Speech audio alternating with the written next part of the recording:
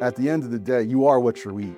Our work around distributing healthy food, fresh produce, our work around nutritional counseling, which happens in all these environments we've investing in and developing, exemplifies our preventative health strategy, our community health strategy.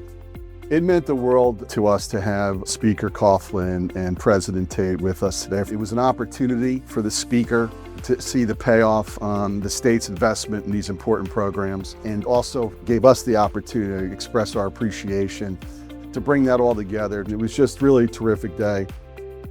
It's been an important investment in our communities across the state of New Jersey, starting in Newark, but all throughout New Jersey, about how much we have invested in healthy eating, food access, fresh fruits and vegetables, dietary education, Kids Fit program. We're making sure that people's food needs are being met throughout the state of New Jersey. Giving people access to not only the nutrition counseling, where I can talk to them on like an individual basis about what foods they need, what foods they prefer to eat, how those food choices can improve their health. And the access to the food we have here is really important, because otherwise a lot of people don't get the access to the healthier food. It is more expensive, and they can come here and they can take pretty much as they need, whatever they need, to help them make those healthy decisions.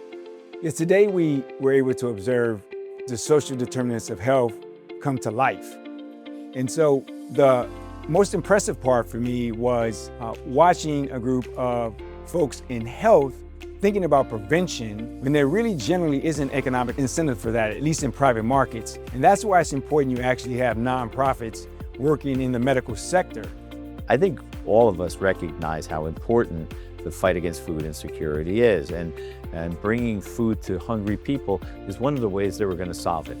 We're going to win the fight against food insecurity because we don't have a food shortage. What we have is a challenge to get food to hungry people, and it's a really impressive commitment on the part of RWJBarnabas Health. It was terrific to see all of the things that are going on and to help addressing those challenges that we face.